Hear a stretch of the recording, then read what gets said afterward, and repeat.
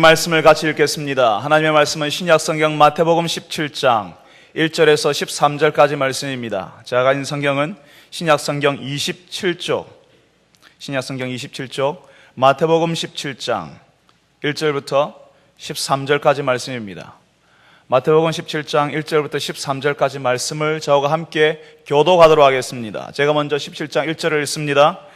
엿새 후에 예수께서 베드로와 야고보와 그 형제 요한을 데리시고 따로 높은 산에 올라가셨더니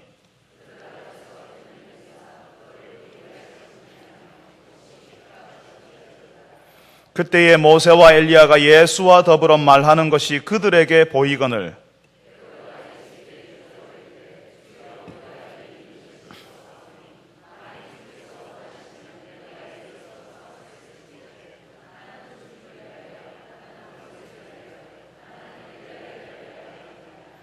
말할 때에 호련히 빛난 구름이 그들을 덮으며 구름 속에서 소리가 나서 이르시되 이는 내 사랑하는 아들이요 내 기뻐하는 자니 너희는 그의 말을 들으라 하시는지라. 예수께서 나와 그들에게 손을 대시며 이르시되 일어나라 두려워하지 말라 하시니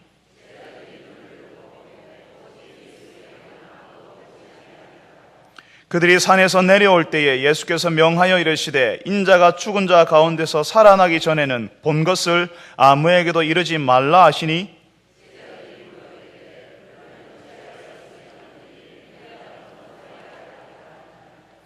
예수께서 대답하여 이르시되 엘리야가 과연 먼저 와서 모든 일을 회복하리라.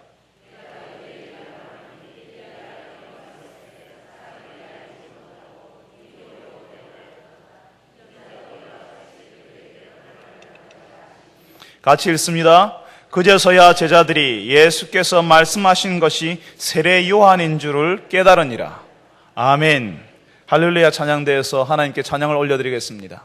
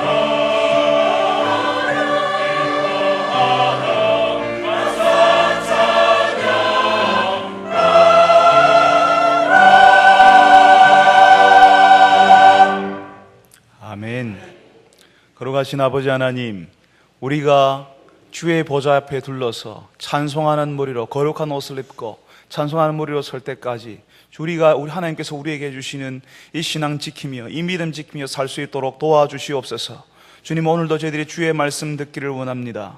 주님, 우리의 귀를 열어서 우리의 마음을 열어서 하나님께서 하시는 말씀을 듣고자 하게 하시고 이 말씀이 들리는 역사가 일어나게 하시고 결단하는 저희들이 되게 하여 주옵소서. 예수님의 이름으로 기도합니다. 아멘. 여러분, 지난 한 주간 동안 우리 교회가 하나님께서 허락하셔서 공동체 새벽기도 점프를 했는데요, 많은 분들이 참석해 주셨습니다. 얼마나 감사한지 모르겠습니다. 저는 이번 한 주간 기도하면서 목회자들이 그렇게 갖고 싶어했던 목소리, 한 30% 40% 쉰, 목이 쉬어버린 쇠소리 나는 그런 목소리를 갖게 되었습니다. 얼마나 감사한지 모르겠습니다. 그래서 높은 소리를 잘 못 내요. 찬송가 고음을 제가 못 내서 고음 불가가 되었습니다. 점프에 많이 참석해 주셨는데 우리 여자 성도들은 아침에 바쁘게 나오시느라가 아침 화장도 못하고 나오시잖아요. 그죠? 정신없이 나오십니다. 아무 거리낌 없이 나와주셔서 얼마나 감사한지 모릅니다. 그래서 제가 우리 여자 성도들 얼굴을 자세히 안 보려고 애를 많이 썼습니다. 어떤 성도는요, 제가 들으니까 너무 바쁘게 나오시느라고 한 번쯤은 시간을 넘길 때가 있잖아요. 그죠? 바쁘게 나오시느라고 옷도 그냥 앞뒤로 뒤집어 입고 나오시는 분도 계셨다는 제가 소문을 들었습니다. 괜찮습니다. 좋으니까요. 그렇게 해서 이렇게 다 나오시는데, 사실 여러분들 가족들끼리 식구끼리 얼굴에 화장하고 그렇게 만나는 분들 계십니까? 그런 분들은 안 계시잖아요. 그죠? 우리가 다 같이 나와서 함께 기도하는 가운데 일주일을 그렇게 보내니까 마치 가족이 되어서 얼굴에 화장 좀 안 해도 그냥 맨 얼굴로 봐도 머리가 떡이 지어가지고 머리에 모자를 쓰고 와도 그래도 다 괜찮아 보이는 겁니다. 우리가 그래서 다 한 식구처럼 교제하게 되었고 참 기쁜 시간들을 다 보내게 되었습니다. 그분들이 한결같이 하시는 이야기가 있었습니다. 마치 꼭 수련회 온 것 같다고요. 학생 때처럼 돌아가서 수련회 온 느낌이라고. 어떤 집사님은, 목사님, 한 달에 한 번씩 하지요. 한 달에 한 번씩 했으면 좋겠어요. 그런 말을 하신 분도 계셨습니다. 어떤 분들한테는 아이고 무슨 그런 이야기를, 금방 뜨끔하셨던 분들이 계실지도 모르겠습니다. 우리가 수련회나 기도원에서 기도하러 올라가면, 집회에 참석하러 가면요, 거기서 소위 말하는 은혜를 받게 되면 그냥 거기가 너무 좋아지는 겁니다. 그냥 거기에 있고 싶지요. 세상 모든 거 다 잊어버리고 하나님 말씀 들으면서 기도하면서 그냥 거기에 있고 싶은 겁니다. 이번 공동체 새벽 기도를 하는데 성도들이 기도회 후에 간식을 다 드시고 나서도요, 집에 가지를 않으시는 거예요. 좋으니까요. 내 기도짝인 성도들을 위해서 내 옆에 손잡고 그 사람을 위해서 눈물 흘려 기도해주고, 또 아래에 내려와서는 그분들과 함께 간식을 나누어 먹고 하니까 성도의 교제가 저절로 이루어지는 겁니다. 그렇게 해서도 아쉬우니까요, 또 모여서 산에 등산하러 가셨다 하시더라고요. 여러분, 공동체 새벽 기도를 해보시니까 좋으시지 않으셨습니까? 몸은 좀 피곤해도 여러분의 영혼은 맑아지고 하나님께 더욱 집중하고 하나님을 바라는 소원들이 여러분 가운데 일어나지 않았습니까? 거기서 기도가 되는 사람요, 그전에는 기도 잘 안 됐거든요. 그런데 하나님께서 우리 속에서 기도하게 만드시니까 기도가 우리 속에서 막 흘러나오기 시작하는 겁니다. 그전에는 3분, 5분을 지나도 힘들어서 기도가 오랜 시간 같지만 시계를 보면 3분밖에 안 지나 있어요. 5분밖에 안 지나 있어요. 기도하는 것이 힘들었는데 기도가 되게 하시거든요. 기도가 되니까 하나님의 말씀이 막 들리기 시작하니까, 그러니까 우리 가운데 거기에 머무르고 싶은 마음이 막 생기는 겁니다. 그게 당연한 겁니다. 우리가 신앙생활을 하면서 하나님의 말씀이 우리 가운데 들리기 시작하고 우리 가운데 기도가 우리가 솟아나기 시작할 때, 그때 신앙생활에 재미가 있는 겁니다. 그게 신앙생활이거든요. 우리가 하나님께 집중하고 하나님께서 나에게 말씀하시고 나는 하나님의 말씀을 듣고 그 말씀대로 살아보겠다고 하는 소원이 우리 가운데 열망이 일어나는, 그것이 신앙생활이라는 겁니다. 그게 당연한 겁니다. 그렇게 말씀이 떨어지는 현장, 기도하는 현장에 거기에 머무르고 싶은 것이 너무너무 당연한 겁니다. 오늘 우리가 읽은 말씀에 나오는 제자들도 거기에 있고 싶었습니다. 지금 예수님이 제자들을 어디로 데리고 갔습니까? 제자들 몇 사람을 산으로 데리고 올라가셨거든요. 엿새 전에 예수님께서 제자들에게 물었습니다. 얘들아, 사람들이 나를 누구라 하느냐? 예수님, 사람들이 예수님을 어떤 사람은 엘리야, 어떤 사람은 세례 요한, 어떤 사람은 예레미야나 선지자 중에 한 사람이라고 합니다. 그렇다면 너희들은 나를 누구라 하느냐?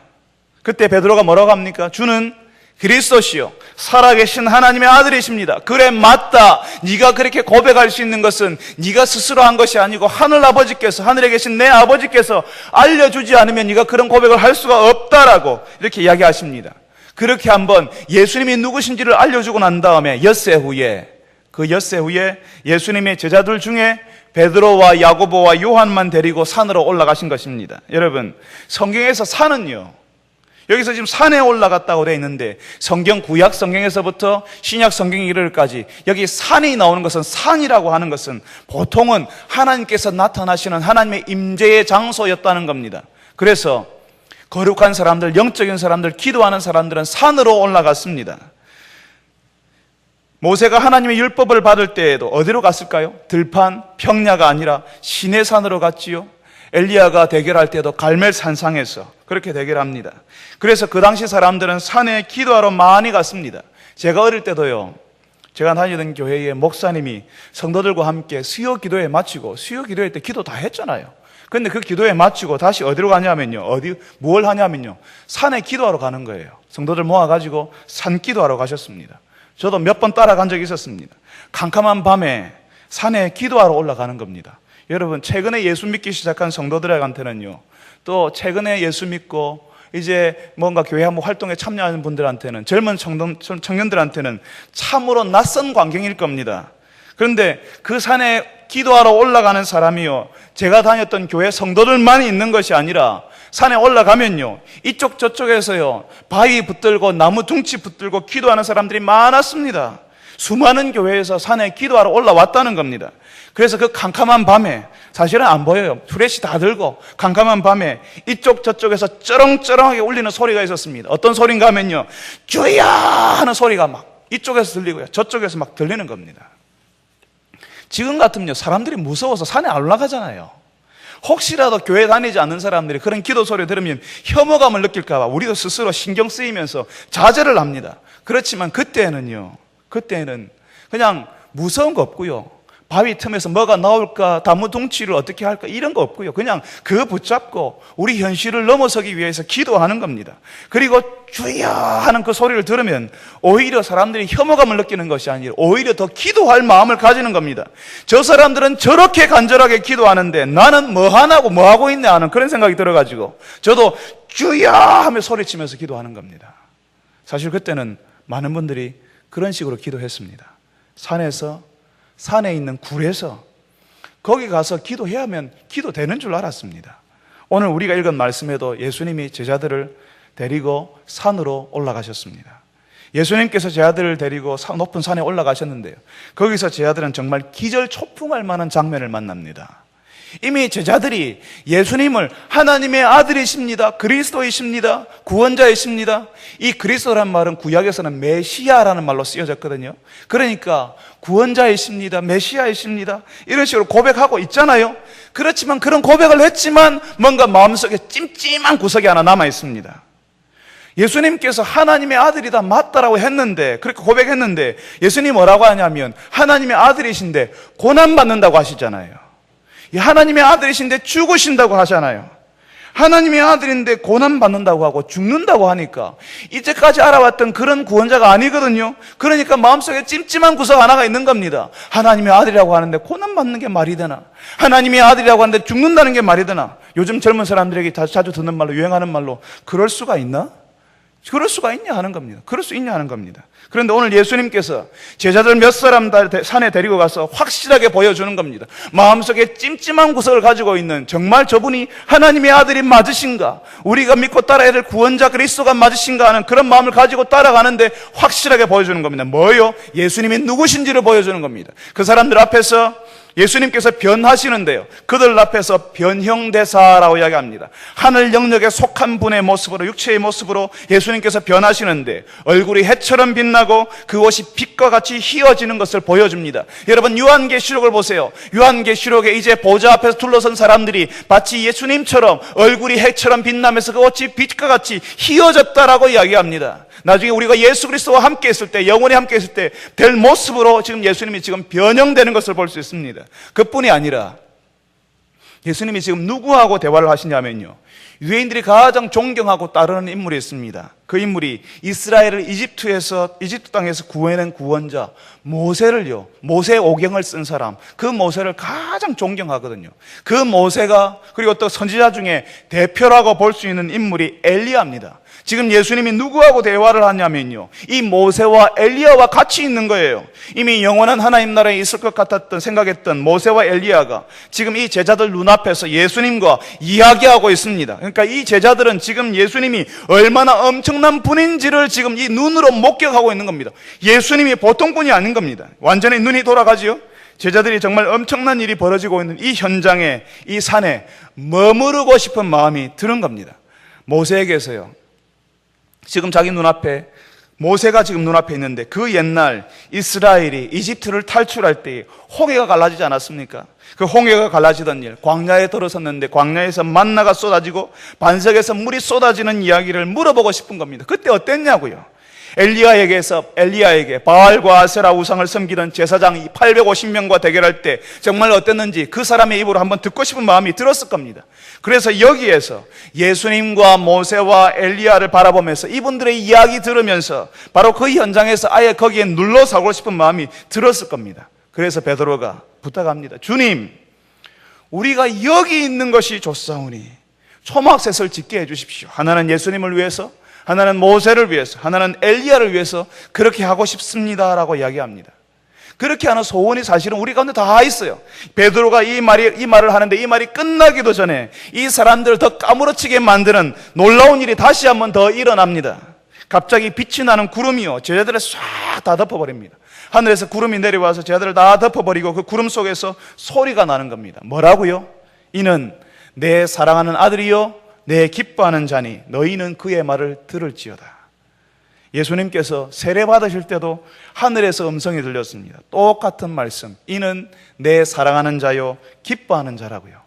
예수님이 세례 받으시면서 예수님의 이제 사역이, 예수님의 본격적인 사역이 시작될 때에 하나님의 음성이 들리는 겁니다. 예수님의 사역이 이제 지상 사역이 다, 모든 지상 사역이 예수님의 고난과 죽음으로 집중되려고 하는 그때에 이제 우리가 17장을 읽었는데 이후로 예수님의 고난과 죽음에 대해서 계속 반복되어서 계속 나올 겁니다. 예수님의 사역이, 예수님의 일이 예수님의 고난과 죽음으로 어떻게 압축이 되거든요. 거기에 집중되니까, 그것이 너무 중요하니까 하나님의 음성이 들리는 겁니다. 지금 그 고난당하는 예수, 곧 죽으려고 하는 그 예수를 내가 사랑한다, 내가 기뻐한다, 그러니까 그의 말을 들으라라고 하늘에서 말씀하시는 겁니다. 거기에 있는 제자들에게 아직도 찜찜함을 가지고 있는 예수님이 정말 하나님의 아들인가, 하나님의 아들인데 어떻게 고난당할 수 있지, 하나님의 아들인데 어떻게 죽을 수 있지 하면서, 그럴 수 있나 하면서 바라보고 있는 제자들에게 하나님께서, 예수님이 하나님이 보내신 아들, 하나님께서 기뻐하시는 구원자라는 사실을 다시 한번 말씀으로, 음성으로 확증해 주는 겁니다. 예수님이 모세와 엘리야와 비슷한 정도의 그런 분이 아니라, 예수님이 모세와 엘리야와 함께 같이 이야기하는 그런 정도의 분이 아니라, 하나님이 보내시는 모세와 엘리야와 같은 그런 수준의 분이 아니라 하나님이 보내시는 하나님의 아들이라고요. 아예 하나님께서 말씀해 주시는 겁니다. 여기서 제자들이 이제 베드로가 이야기할 때 호련히 빛난 구름이 이 사람들을 덮었다고 이야기하잖아요. 빛난 구름이 그들을 덮으며라고 하는데, 성경에 나오는 구름이라는 것이요, 하나님의 영광과 권위를 드러내는 것으로 주로 사용되었습니다. 하나님이 나타나실 때에, 하나님이 임재하실 때 항상 뭐가 동반되냐면 구름입니다. 구름 혹은 연기. 그러니까 성전이 봉헌될 때 그 성전 안을 뭐로 꽉 채웠다고요? 하나님의 연기가, 구름이 꽉 채웠다고 이야기합니다. 그리고 하나님이 말씀하십니다.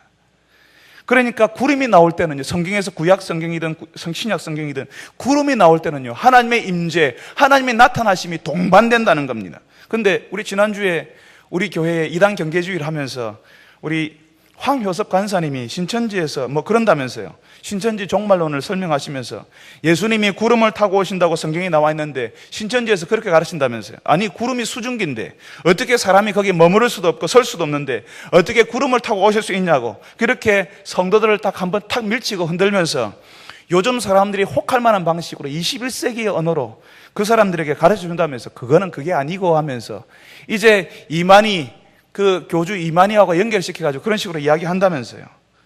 그러면서 자기 나름대로 구름이 어떤 의미인지 상징인지 푼다고 이야기합니다. 여러분, 이 성경이요, 21세기를 사는 우리를 위해서 우리의 언어로 기록된 것이 아닙니다. 여러분, 이 성경은요 1세기의 말로 기록이 되어 있습니다. 그러니까 우리가 이 신약 성경의 말이 1세기 사람들이 쓰던 말로 기록되었으니까요. 우리를 위해서 친절하게 21세기 언어로 기록되지 않았다는 겁니다. 그래서 이 말씀을 이해하려고 하면 그 당시 사람들의 방식으로, 그 당시의 사람들의 생각으로, 그 당시 사람들의 감정으로, 그 당시 사람들의 언어로 들어가 줘야 하는 겁니다. 그 사람들이 구름을 어떻게 이해했는지를 알아야지만 우리가 여기에 나와 있는 구름을 이해하는 겁니다. 말씀드렸잖아요. 성경에 나오는 구름, 연기 같은 말은 하나님이 임재를 나타날 때 꼭 따라 나오는 현상이었습니다. 그러니까 유대인들, 지금 여기 나와 있는 제자들은 이 구름이 나타나는 걸 보면서 옛날 모세가 경험했던 그 하나님의 영광, 옛날 이스라엘 사람들이 보았던 그 하나님의 영광, 그 영광을 떠올리는 겁니다. 그리고 그 영광이 나타나는데 뭐가 같이 나와요? 하나님의 음성, 하나님의 나타나심, 하나님의 임재가 나오는 것입니다. 그러니까 하나님의 임재, 영광, 권위를 드러내는 것이 바로 구름이라는 것입니다. 지금 구름이 이 사람들을 덮었다는 말은 하나님께서 나타나신다, 하나님께서 지금 영광 가운데 오신다 하는 거죠.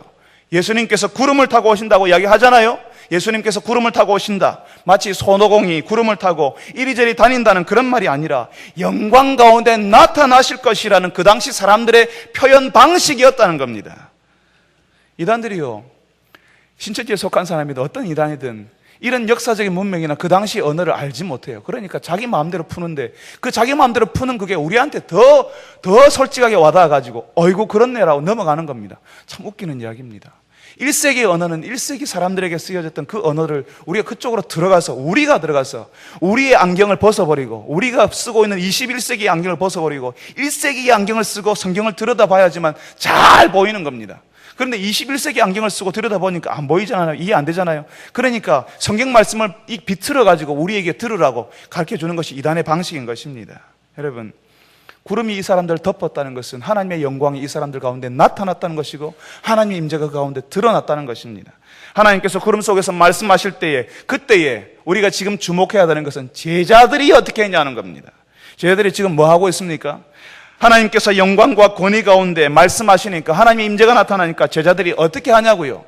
모세와 엘리야가 나타났을 때는 제자들이 그냥 보고 우와 신기하다, 신비하다, 놀랍다, 그러니까 지금 놀라고 있습니다. 그렇지만 제자들이 구름 속에서 나타나시는 그 말씀을 들을 때는 전혀 다른 반응을 보입니다. 어떻게 합니까? 구름 속에서 하나님의 말씀하시니까 이 제자들이 바로 거기에서 엎드려 버립니다. 두려움을 느끼는 겁니다. 감히 거기서 엎드리지 않고는, 고개를 숙이지 않고서는 견딜 수 없는 두려움이 일어나게 되는 겁니다. 여러분, 하나님의 말씀이 떨어질 때에는, 하나님께서 영광 가운데 나타나실 때에는, 하나님이 임재하실 때에는 죄인인 사람은 두려워하게 되고, 죄인인 인간은 두려워하게 되고 그 앞에서 떨 수밖에 없는 것입니다. 그런데 이단에 속한 사람들이 뭐라고 해요? 마치 하나님과 차 한잔하고 온 사람처럼 이야기하지 않습니까? 하나님이 나한테 이렇게 말씀하시더라, 하나님이 나한테 이렇게 하라고 하더라. 하나님의 임재를 경험한 사람들의 반응은요, 그 하나님 앞에서 부끄러워하고 두려워하고 자신의 부족함이 드러나기 때문에, 자신의 왜소함이, 자신이 얼마나 하나님 앞에서 작은 자인지 드러나고 또 드러나기 때문에, 자신의 죄악이 드러나기 때문에 그냥 속절없이 하나님 앞에서 자신을 낮추고 가장 겸손한 마음으로 하나님의 처분을 기다리는 상태가 되어버리는 겁니다. 하나님, 내가 이런 모습인데 하나님이 어찌하셔도 상관없겠습니다. 하나님, 제발 저를 긍휼히 여겨 주옵소서라는 소원을 가지고, 그런 갈망을 가지고 하나님 앞에 서 있게 되는 것입니다. 두려운 마음을 가지게 되는 겁니다. 여러분, 하나님이 말씀하실 때에, 하나님의 말씀이 들리기 시작할 때에 우리는 우리의 악한 모습을 보게 되고, 우리의 모습 때문에 부끄러워하게 되고, 하나님 앞에서 부족한 모습 때문에 부끄러워서 견딜 수 없게 됩니다. 하나님 앞에서 아무것도 아닌 것을 발견하게 되고, 하나님께서 알아서 하십시오라고 하나님께 처분을 기다리는 그런 모습이 되어버리게 되는 겁니다. 그리고 하나님 앞에서 한없이 낮아지고 작아지는 자신, 예전에는 뭔가 할 수 있었고, 예전에는 내가 뭔가 해보려고 했는데 하나님 앞에서는 그게 아니라는 사실을 발견하게 되는 겁니다. 사랑하는 성도 여러분, 여러분에게도 하나님께서 말씀하셔서, 지금도 말씀으로 우리에게 찾아오시는 하나님을 대면하게 해주셔서 그 하나님 앞에서 두려움이 무엇인지, 하나님 앞에 서 있는 두려움이 무엇인지, 하나님 앞에서 우리가 얼마나 악하고 부끄러운 존재인지 아는 분들이 되시기를 바랍니다. 그 놀라운 광경, 구름 속에서 말씀이 들리는데요, 모세와 엘리야를 바라볼 때는 전혀 다른 차원의 말씀입니다. 그 말씀이 들리기 시작하니까 그 하나님의 말씀 앞에서 어쩔 줄 모르고 고개를 숙이고 있는 제자들이 다시 고개를 들었을 때 거기에는 예수님 밖에 없었습니다. 아마 제자들은 그 영광스러운 장소, 그 신비한 곳에 더 오래 머무르고 싶었을 겁니다. 모세가 나타나고 엘리야가 나타나잖아요. 예수님이 정말 눈앞에서 신비한 모습으로 바뀌잖아요. 거기다가 구름이 덮이는 가운데 하나님의 영광이 나타나는데요. 구름이 덮이는 가운데 말씀이 들리는 그 놀라운 경험을 하지 않습니까? 그러니까 거기에 계속 있고 싶은 겁니다. 계속 듣고 싶고요. 계속 거기에 일어난 신비로운 일들이 일어났으면 좋겠습니다. 그 신비한 경험을 하는데 왜 거기에 머무르고 싶지 않겠습니까? 여러분이라면 거기에 있고 싶지 않겠습니까? 공동체 새벽기도 점프 우리가 일주일간 하는데 하나님의 은혜를 그 일주일 동안 하나님의 은혜를 누리던 성도들조차도 목사님 한 달에 한 번씩 했으면 좋겠어요 라고 하고 기도하는 자리를 떠나지 못하는 성도들도 있는데 그 놀라운 일을 보고 들었던 그 제자들이야 얼마나 거기에 더 머무르고 싶었겠습니까? 저는 기도원에서 혹은 수련회에서 말씀이 들리고 기도할 때에 그동안 저를 힘들게 했던 것, 어려웠던 것 다 잊어버리고 하나님께만 매달릴 수 있으니까 너무 좋았습니다. 그러니까 차라리 기도원에 계속 있고 싶어요. 수련회가 계속 되었으면 하는 그런 마음이 드는 겁니다. 그런 마음이 들 때가 있었습니다. 기도원에서 내려가면 수련회가 끝나면 다시 우리를 힘들게 하는 현실로 돌아가야 되잖아요. 아직도 끝나지 않은 힘든 일이 남아있잖아요. 우리 가정주부들이 밤에 기도하러 나와서 수요기도에 바쁘게 직장 갔다가 수요기도에 와서 집에 돌아가면 설거지가 쫙 되어 있고 빨래가 세탁이 되어서 다 개어져 있고 아이들은 다 정리정돈 잘해가지고 아이들이 알아서 씻고 다 잘 준비를 하고 있는 것이 아니라 돌아가면 여전히 세탁물은 가지 다 쌓여 있고 이곳저곳 흘러져 있고 또 설거지할 그릇들은 산더미처럼 쌓여 있고 여전히 아이들은 말 듣지 않고 그런 현실이 우리를 기다리고 있지 않습니까? 집안은 여전히 재정적으로 힘들고 남편은 여전히 신앙생활을 제대로 할 기미도 보이지 않고 자녀들은 사춘기라서 제 마음대로 학교 가기 싫다 교회 가기 싫다 하고 앉아있고 그 모든 것을 감당하기가 아득한 것입니다. 기도했지만 여전히 우리의 현실은 돌아갈 현실은 여전히 힘듭니다. 기도원에서 기도할 때에는 수련회에서 말씀 듣고 있을 때는 다 괜찮거든요. 다 잊어버릴 수 있거든요. 기도할 때에는 말씀 듣고 있을 때에는 다 될 것 같아요. 이제 집에 가면 다 해결되어 있을 것 같고 하나님께서 천사들 보내가지고 다 일 정리 다 해주실 것 같은 그런 마음이 들지만 우리 현실은 어때요? 그대로 있습니다. 사랑하는 성도 여러분, 그래서 우리는 하늘의 영역에 있고 싶어 합니다. 하나님의 영광스러운 임재를 체험하고 하늘의 신비한 것을 우리의 눈으로 보고 하늘에서 들리는 음성을 계속 듣고 싶어 합니다. 그런 하늘의 영역을 한 번이라도 체험한 적이 있으면 그 놀라운 순간을 기억하면서 거기에 계속 머무르고 싶어 하는 겁니다. 베드로와 제자들이 그래서 거기에 초막셋을 짓고 싶어 했습니다. 거기에 있고 싶고 자기들이 보았던 모세와 엘리야를 자기 현실 가운데 붙잡아 두고 싶었어요. 그런데 예수님께서 제자들에게 어떻게 하시죠? 그래 제자들아 베드로야 정말 잘했다. 초막셋을 지어라. 잘 지어야 된다. 나도 산에서 내려가는 것이 골치 아프다. 그냥 여기 눌러 살자. 여기서 신비로운 것을 보고 하늘의 소리를 들으면서 그냥 그렇게 살아가자. 이렇게 하셨습니까? 예수님께서는 그렇게 하지 않으셨습니다. 어떻게 하셨어요? 제자들과 함께 산에서 내려오셨습니다. 예수님을 죽이려고 하는 사람들이 아직도 있는 거기에 예수님이 누구신지 전혀 알아볼 생각도 하지 않으면서 예수님께 함부로 말하고 대하는 예수님을 오해하는 그 사람들에게로 세상 사는 낙이 없어서 술에 빠져 있고 도박에 빠져 있고 각종 중독 게임에 빠져서 살아가는 사람들이 있는 그것으로 예수님에게는 전혀 관심 없고 먹고 사는 것만 급급해 살아가는 그 사람들이 있는 그것으로 예수님이 다시 내려오시는 것입니다. 다시 내려오시면 예수님이 다시 내려오시면 분명히 고난당하시거든요. 분명히 내려오시면 심지어는 십자가에서 죽으셔야 하는데 예수님은 내려오시는 겁니다. 사랑하는 성도 여러분, 예수님도 알고 계십니다. 우리가 어디에 머무르고 싶어 하는지 알고 계십니다. 하늘의 영역에 신비한 곳에 머무르고 싶어 한다는 사실을 알고 계십니다. 그렇지만 우리는 거기에만 있으면 안 되는 것입니다. 그 놀라운 장면을 보았고 그 놀라우신 하나님의 말씀을 들었으니까 오히려 더 우리의 현실로 땅으로 여전히 변하지 않고 돌아오지도 않은 그 사람들에게로 우리가 내려가야 하는 것입니다. 기도회에 하나님께서 은혜를 주셨잖아요. 그 기도에 그 자리에 있었던 것이 너무나 감동적이고 좋았잖아요. 우리가 예배하는 자리에 다 모였지만 새벽기도 우리 공동체 새벽기도 점프하는 그 시간에 200명, 250명의 사람들이 다 모여서 기도합니다. 여기 2부 예배에 참석한 사람만큼의 사람들이 다 모여서 기도했습니다. 그렇지만 분위기는 완전히 달랐습니다. 왜 다른 줄 아세요? 새벽기도에 기도하러 나온 사람들은 은혜 받을 마음을 가지고 왔거든요. 하나님이 말씀하시든 안 하시든 상관없다가 아니라 하나님이 말씀하셔야 되겠습니다. 내가 기도하는 간절한 마음을 왔습니다. 새벽에 깨우고 뛰어온 사람들이거든요. 그러니까 그 사람들은 그냥 가면 안 되거든요. 지푸라기도 붙을 심정을 가지고 왔거든요. 그러니까 그 분위기가 다른 겁니다. 그런 놀라운 현장에 하나님께서 말씀하실 수밖에 없고 그 사람들에게 은혜 주실 수밖에 없고 그 사람들에게 감동이 일어날 수밖에 없는 겁니다. 그런 현장에 있다가 다른 데 가보세요. 냉랭하거든요. 예배에 참석해보세요. 인사해도요, 기도해도 서로 이렇게 돌아보는 일도 없습니다. 웃지도 않습니다. 그러니까 어디 가고 싶어요? 그렇게 기도했던 현장으로 다시 돌아가고 싶은 거예요. 그 신비한 현장으로 다시 가고 싶은 겁니다. 선교단체에서 기도했던 사람들은 선교단체에서 가고 싶고, 기도원에 있었던 사람은 계속 기도원에 머무르고 싶고, 그런 일들이 발생하는 겁니다. 그 자리에 있었던 것이 너무 감동이었고 좋은 건 맞아요.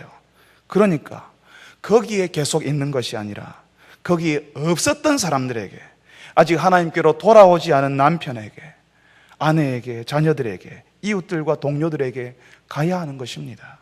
하늘의 영역에서 은혜 받을 때 우리 얼굴에 빛이 나고 눈물이 있고 감동이 있잖아요. 다 좋아 보입니다. 맨 얼굴로 봐도 얼굴에 빛이 나요. 다 좋아 보여요. 다 받을 수 있고요. 괜찮아요. 그렇지만 우리의 현실로 돌아가면, 다시 집으로 돌아가고 직장으로 돌아가면, 사업장으로 돌아가면, 친구들에게 돌아가면, 친척들에게 돌아가면 먼지 풀풀 나고요, 냄새 나고요, 하늘의 소리가 들리는 게 아니라 욕하는 사람들의 욕하는 소리가 들리는 것입니다. 하나님께서는 우리가 기도원에서 계속 머무르고 수련회가 계속되기를 바라는 것이 아니라 우리의 아프고 어려운 현실 속으로 우리가 들어가서 우리가 본 것, 우리가 들은 것, 우리가 배운 것을 가지고 우리가 그렇게 살아주기를 원하시는 겁니다. 그래서 이 땅의 사람들에게, 이 땅만 보고 사는 사람들에게 우리에게 하늘의 영역이 있고 우리가 다 예수님처럼 변화될 것이고, 우리에게 예수님, 우리의 구원자가 있어서 그 예수님을 믿으면 하나님의 자녀로 하늘의 영역을 경험하며 살 수 있다는 사실을 말하고 전하는 사람이 되기를 원하시는 겁니다. 사랑하는 성도 여러분, 지난 일주일 동안 공동체 새벽기도 점프에서 은혜와 감동을 경험하셨고 기도하는 기쁨을 경험하셨던 성도 여러분, 여러분의 남편, 여러분의 아내에게로, 여러분의 자녀에게로 여러분의 경험하신 것을 가지고 돌아가시는 분들이 되시기를 바랍니다. 비록 여러분의 가정과 직장 현실이 여전히 어렵고 피하고 싶은 현실이 계속된다고 하더라도 그 현실 속에서, 그 현실 속으로 들어가서 여러분이 경험한 하나님의 말씀을 가지고 살아주시는, 그 하나님의 말씀을 가지고 살아가시는 여러분 되시기를 바랍니다.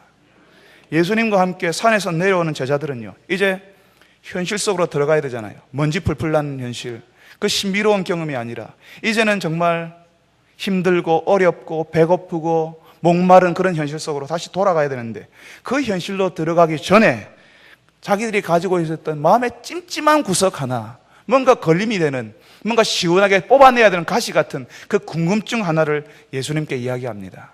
예수님, 서기관들이 그러는데요, 메시아가 오기 전에, 그리스도가 오기 전에 엘리야가 먼저 와야 된다고 합니다. 그게 무슨 말입니까? 구약 성경에 말라기라는 책이 있습니다. 거기에 하나님께서 예수님 그리스도 메시아가 오기 전에 엘리야가 먼저 와야 된다는 그 말씀이 거기에 나와 있거든요. 그러니까 그 당시에 배운 사람들, 서기관들이 그러는 겁니다. 엘리야가 먼저 와야 된다고. 엘리야가 오기 전에는 메시아가 올 수 있어요, 없어요? 못 오는 겁니다. 그러니까 서기관들의 논리는 이겁니다. 엘리야가 와야 되는데 아직 엘리야가 안 왔다는 겁니다. 그러니까 예수라는 사람이 하나님의 아들이 될 수 있습니까, 없습니까? 하나님의 아들 메시아가 아니라는 거죠. 엘리야가 안 왔으니까. 그게 바로 예수님은 하나님의 아들 구원자가 아니라고 하는 것이 서기관들의 논리였습니다. 거기에 대해서 예수님이 뭐라고 하십니까? 예수님께서 엿새 전에 제자들에게 이야기합니다. 엿새 전에 예수님이 누구신지를 물어보시고 예수님이 누구신지를 가르쳐 줬습니다. 그리고 다시 산에 올라가서 예수님이 누구신지를 보여주시고 하늘의 음성을 들려주셨습니다. 이제 다시 엘리야가 다시 와야 한다는 서기관들의 논리를 가지고 예수님이 누구인지를 말씀하시려고 하는 겁니다. 여러분, 예수님께서 왜 이렇게 반복해서 물으시고 가르치시고 보여주시고 말씀으로 들려주십니까? 여러분, 예수 신앙에서 이게 제일 중요한 것이기 때문에 그렇습니다. 우리가 예수 신앙을 가지는데요, 예수 신앙에서 가장 중요한 것이 뭐냐 하면 예수님이 누구인지를 아는 겁니다. 교회를 오래 다녔어도요, 교회를 오래 다녔다는 분들도 예수님이 누구신지를 몰라요. 예수님이 무슨 일을 하셨는지 모르는 분도 많이 있습니다. 예수님을 모르면서 예수 신앙을 가질 수 없고 예수 신앙을 알 수도 없습니다. 우리가 구원의 경험을 하는 것도, 우리가 구원을 경험하는 것도 예수님 때문이고, 우리가 하나님의 자녀가 되는 것도 누구 때문에요? 예수님 때문에요. 우리가 우리의 어려운 현실 속에서 하나님의 완전한 구원을 기다릴 수 있는 것도 예수님이 다시 오실 것이기 때문에 그렇습니다. 사랑하는 성도 여러분, 예수님에 대해서 듣고 알고 배우시길 바랍니다. 예수님이 누구신지 아는 만큼만 우리의 신앙이 자라고 성숙할 수 있습니다. 예수님이 누구신지 아는 만큼만 그에 걸맞는 예수쟁이가 될 수 있는 겁니다.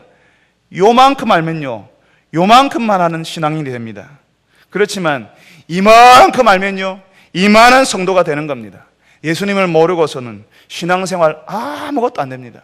예수님을 모르고서는 아무 신앙생활 자체가 성립될 수가 없습니다. 그래서 예수님께서는 반복해서 알려주시고 보여주시고 들려주시고 또 말씀하시는 겁니다. 예수님이 누구신지. 그 당시 서기관들이 엘리야가 먼저 와야지만 메시아가 온다고 생각했잖아요. 엘리야가 안 왔으니까 메시아도 아직 안 온 겁니다. 그러니까 예수님이 메시아다 아니다, 예수님 메시아가 아니라는 겁니다. 그게 그 당시 서기관들의 논리였습니다. 그 논리를 가지고 이제 예수님이 말씀하십니다. 그래, 맞다. 엘리야가 먼저 와야 된다. 그런데 엘리야가 이미 왔다는 겁니다.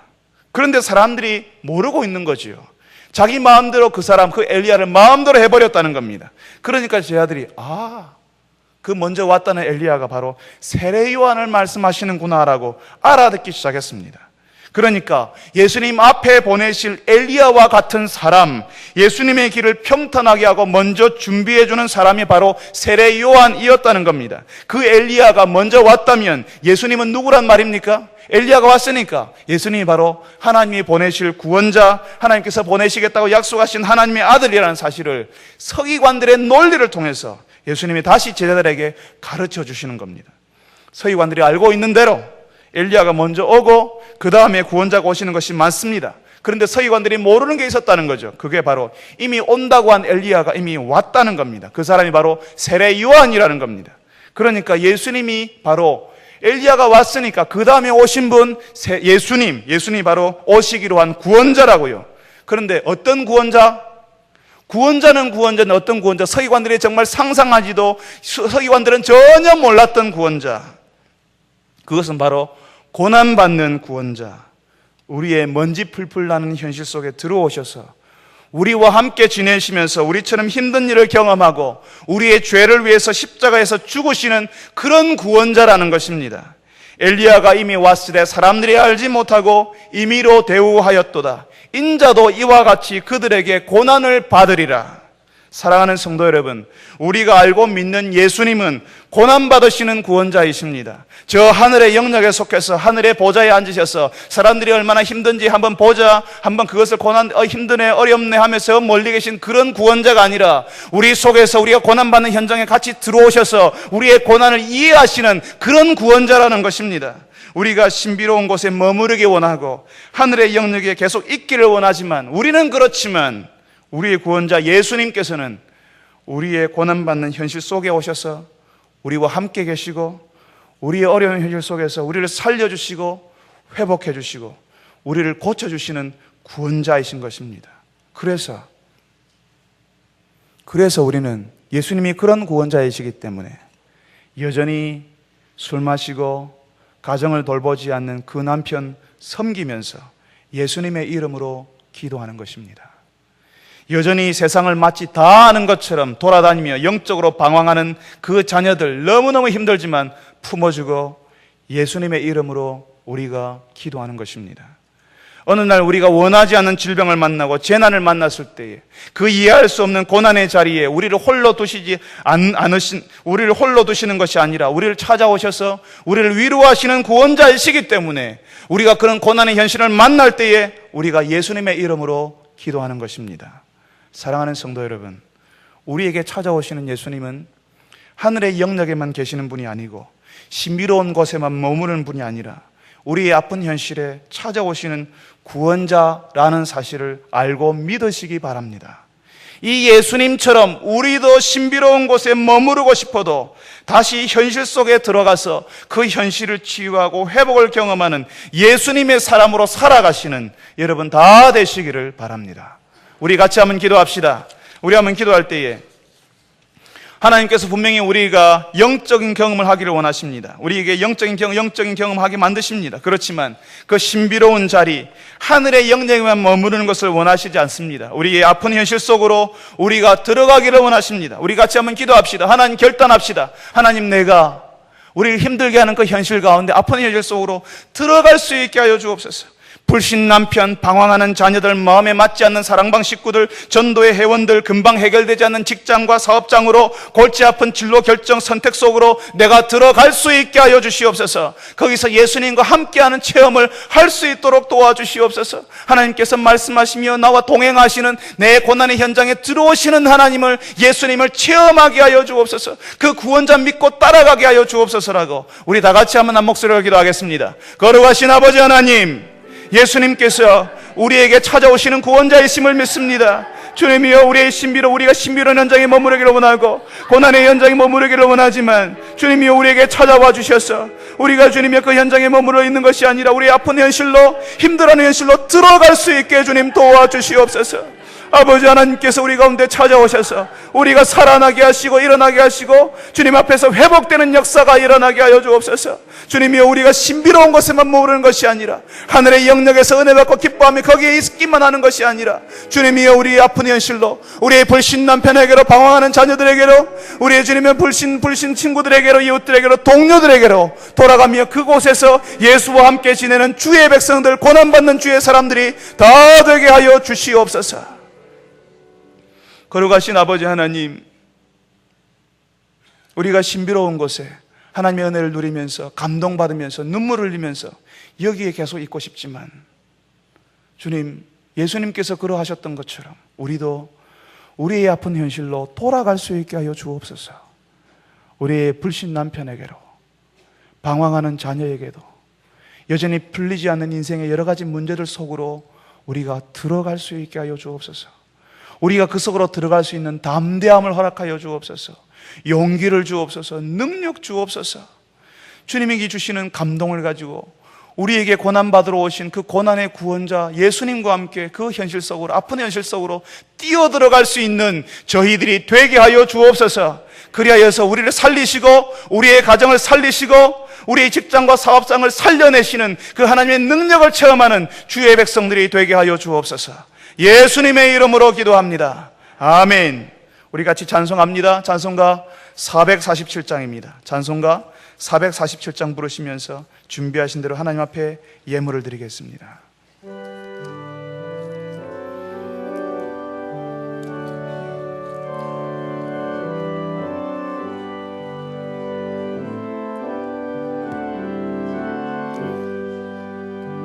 이 세상 끝날까지